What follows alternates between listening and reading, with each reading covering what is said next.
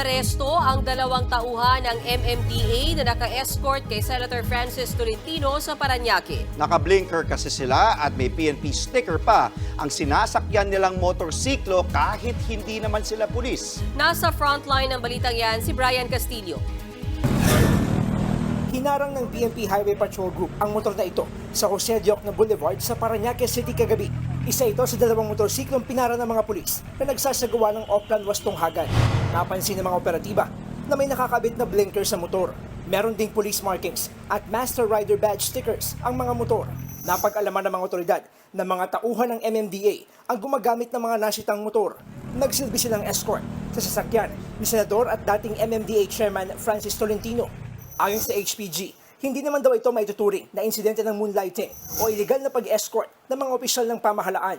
Yun nga lang, Autorisado sila magbigay ng security escort. Legitimate yung lakad. Kaso, yun lang, mali nila kasi nga, linagyan nila ng police marking. inaresto ang 2 tauhan ng MMDA at mahaharap sa reklamong usurpation of authority at illegal use of uniform and insignia. Tumanggi sila magbigay ng pahayag. Naglabas naman ng pahayag kaugnay nito si Senator Tolentino. Ayon sa senador, walang kontrol ang kanilang tanggapan sa mga klase ng markings na pwedeng ikabit sa mga sasakyang pag-aari ng MMDA. Sa kabila nito, nakiusap na raw siya sa MMDA na tanggalin ang anumang sticker sa mga naturang sasakyan. Nahuli rin sa kaparehong kalsada sa Parañaque ang isang tauhan ng HPG at isang dating sundalo na aktuhan silang illegal na nag-e-escort ng isang pribadong sasakyan. Dahil sa insidente ng mga uniform personnel na sangkot sa illegal na pag-e-escort, bubuo na ang Philippine National Police ng Special Team. Labas tinatawag na moonlighting o ang pagrakit ng mga pulis bilang hagad o escort ng mga opisyal o VIP. Kasama nila ang iba pang mga ahensya para magsagawa ng random inspection sa mga pangunahing lansangan. Uunahin daw nila itong ipatupad sa Metro Manila.